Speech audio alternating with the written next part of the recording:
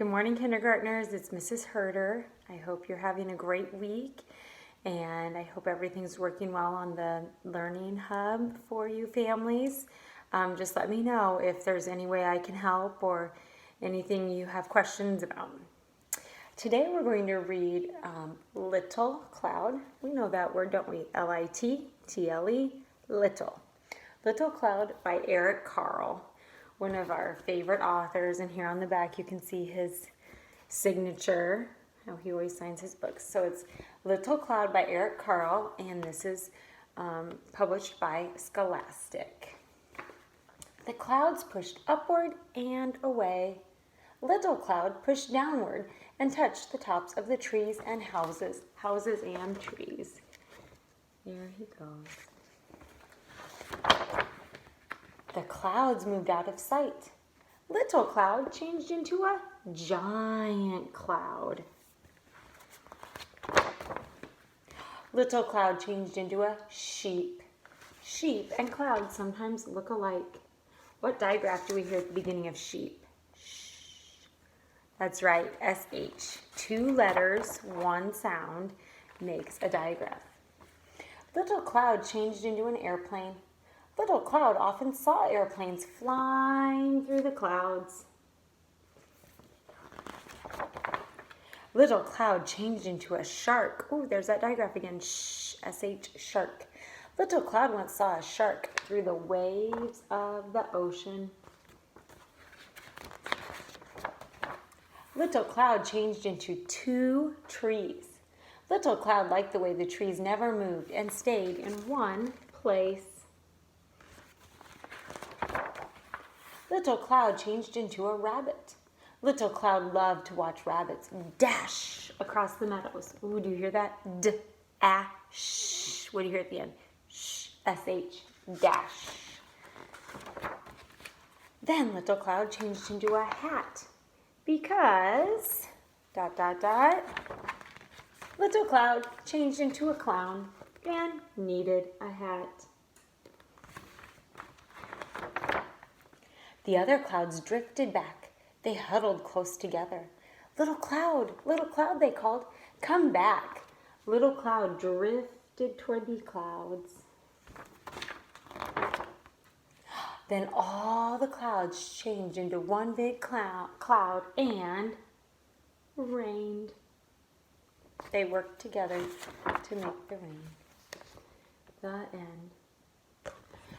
Hopefully today you'll get to be outside a lot, kindergartners. It will be beautiful out.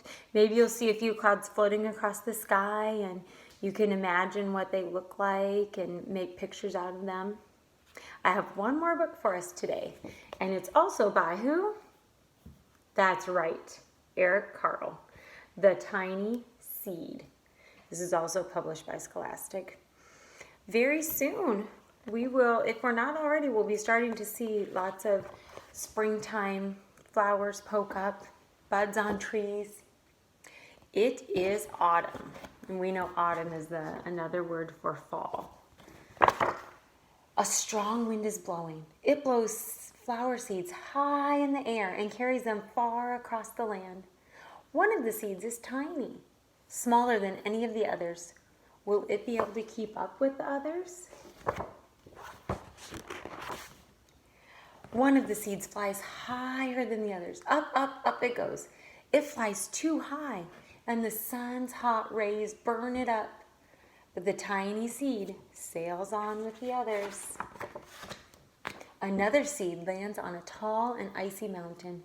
The ice never melts, and the seed cannot grow. The rest of the seeds fly on, but the tiny seed does not fly as fast as the others. Now they fly over the ocean. One seed falls into the water and drowns. The others sail on with the wind, but the tiny seed does not go as high as the others. One seed drifts down onto the desert. It is hot and dry, and the seed cannot grow. Now the tiny seed is flying very low, but the wind pushes it back up with the others. Finally, the wind stops and seeds fall gently to the ground. On the ground, a bird comes by and eats one seed. The tiny seed is not eaten. It is so small that the bird cannot even see it.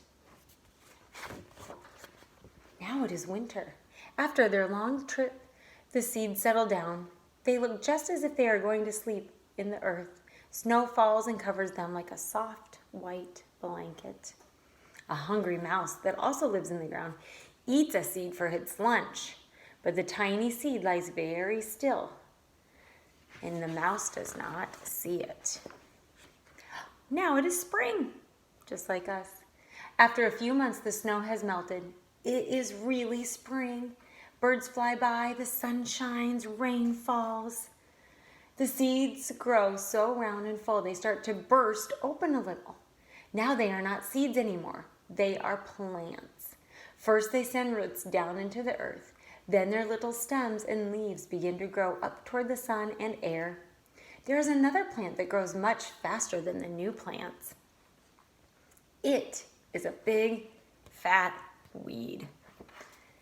And it takes all the sunlight and rain away from one of the new little plants, and the little plant dies. The tiny seed hasn't begun to grow yet. It will be too late. Hurry! But finally, it starts to grow a plant right here in its roots. The warm weather also brings out children to play. Uh-oh. They too have been waiting for the sun in springtime. One child doesn't see the plants as he runs along and, he breaks one. Now it cannot grow anymore. The tiny plant that grew from this tiny seed is growing fast, but its neighbor is growing even faster.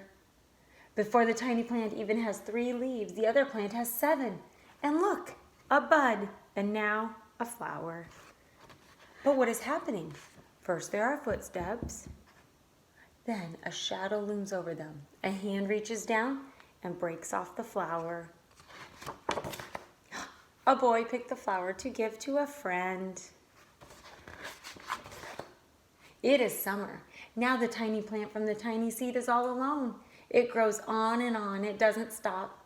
The sun shines on it and the rain waters it. It has many leaves. It grows taller and taller. It is taller than the people. It is taller than the trees. It's taller than the houses. We know this is fiction, don't we? People come from far and near to look at this flower. It is the tallest flower they have ever seen. It is a giant flower. All summer long, the birds and bees and butterflies come visiting. They have never seen such a big, beautiful flower. Now it is autumn again. The great days grow shorter, the nights grow cooler, and the wind carries the yellow and red leaves past the flower. Some petals drop from the giant flower, and they sail along with the bright leaves over the land and down to the ground. The wind blows harder. The flower has lost almost all of its petals. It sways and bends from the wind, but the wind grows stronger and shakes the flower. Once more, it shakes it and the flower's seed pod opens. Out come many seeds that quickly sail far across on the wind. The end. And it starts all over again. There go the seeds. So hopefully today you'll be outside a lot and you'll see clouds and flowers and buds and blooms and just all the new signs of spring. I love you, kindergartners. I'll see you again soon.